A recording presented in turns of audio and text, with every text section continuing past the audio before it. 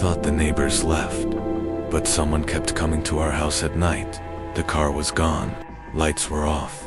The house across the field looked empty, but at WASN, single quotes T, we rented a house by a lake for the weekend. 7 of us, quiet area, private property. One neighboring house across the field. When we arrived, there was a car parked there, windows open. Someone was definitely home that night. The car was gone, lights off, windows closed. We said they left and that was it. The first day felt normal. Sun, lake, food outside. Nothing felt wrong until that night. I woke up around 2 a.m. No noise, just awake. That feeling like something pulled you out of sleep. I stepped outside, looked across the field. One window in that house was glowing.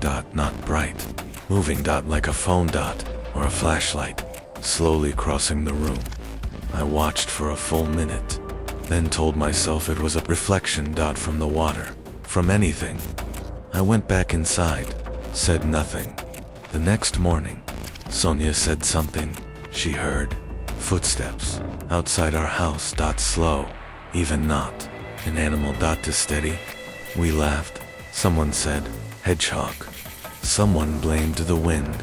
She smiled, dropped it, and I stayed quiet because I saw that window, and I didn't want to be the second person who sounded paranoid. That night, everything changed. We were sitting by the fire, talking, loud, normal. Then, one of us stopped mid-sentence, just stopped. We all turned and saw it, a figure, standing between the trees, about 40 meters away. Not hiding, not moving, just watching us. No one spoke, and then it was gone. No footsteps, no sound, just gone. That's when it stopped feeling explainable. That night, no one really slept, but in the morning, we tried anyway. Shadows. A passerby, someone from another property.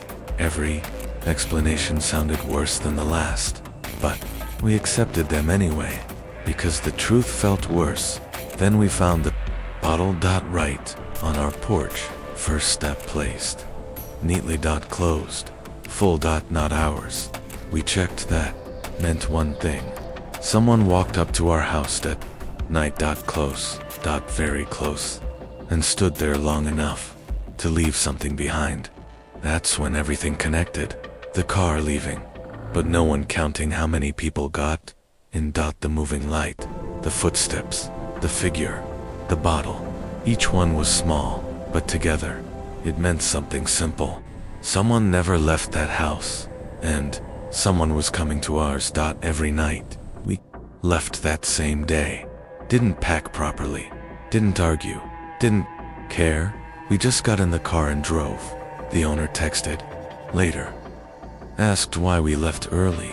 I told him everything. About the light, the footsteps, the figure, the bottle. He replied, that house has been empty since last summer. I asked him to check it. He never answered, and I keep thinking about one thing. We never saw anything. Clearly, we just kept explaining it away until we couldn't anymore. And I still don't know if we left in time or if we were already being watched the whole time we were there.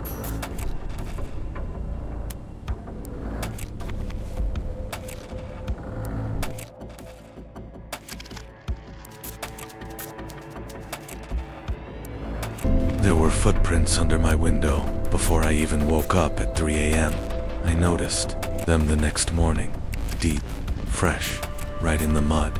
They came from the forest, walked straight across the yard, and stopped directly under my window, exactly where I slept. Then they turned around and went back into the woods. That was the first thing that didn't make sense. We rented that house for spring break. 4 of us, mountains, no neighbors, no signal. The owner texted us, key is under the mat. He never showed up. That should have been the second red flag. The house itself felt normal until I saw the shed. It was behind the house, near the trees. There was a lock on it, brand new, not scratched, not rusted, shiny, like it had been put there recently, maybe hours before we arrived. That was the third thing that didn't feel right. I pointed it out. My friend laughed. Relax, it's just storage. So I dropped it. But that night, something changed. I woke up suddenly. No noise, no reason, just awake. That's when I felt it, like someone had been standing there, right outside the window, watching. I didn't see anything, didn't hear anything, but I couldn't shake the feeling, and that feeling didn't go away. The next morning, we found the footprints, and suddenly, that feeling had a reason. We checked the doors, all locked. Windows too. No signs of forced entry. But the footprints were still there. Clear. Intentional. That's when we called the owner. No answer. We texted him. Did anyone come by last night? Seen. No reply. That was the moment everything got worse. We decided to check the shed. The lock wouldn't open. Of course it wouldn't. But the wood was old. There were gaps between the boards. Just enough to see inside. I leaned closer. That was a mistake. There was a chair, placed directly in front of the gap, facing the house, facing our windows, facing mine.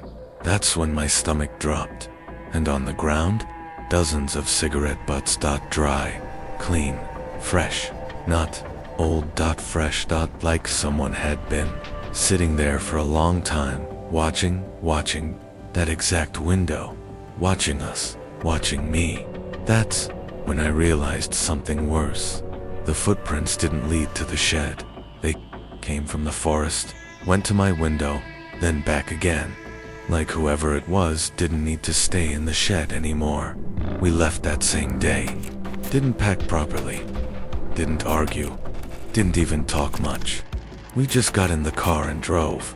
I texted the owner one last time, who was staying in that shed. He saw it and blocked me immediately. No explanation, no warning, nothing. But I still think about that night, about how I woke up for no reason, about how I felt someone there before I even knew why. And sometimes I wonder if I didn't wake up on my own, but because someone was already there, standing outside my window, watching me while I was still awake.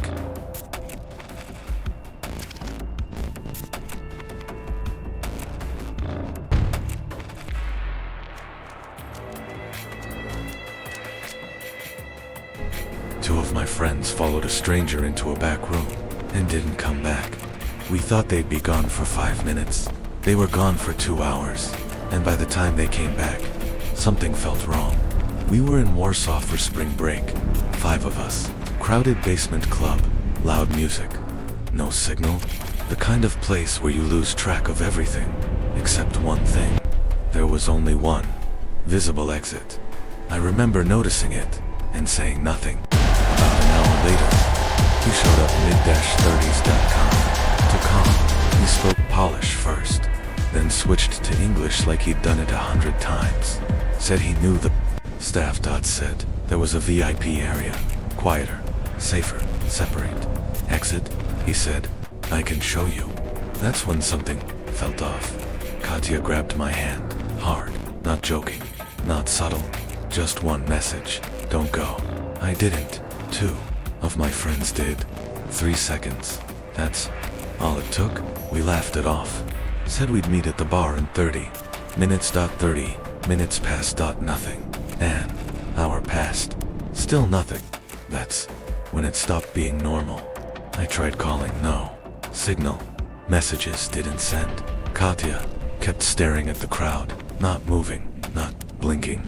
That's when I felt it too. We went to security, told them everything. The guard didn't look surprised. There is no VIP area, he said. There never was. Then he added, you're not the first. That's when my stomach dropped. Real fear.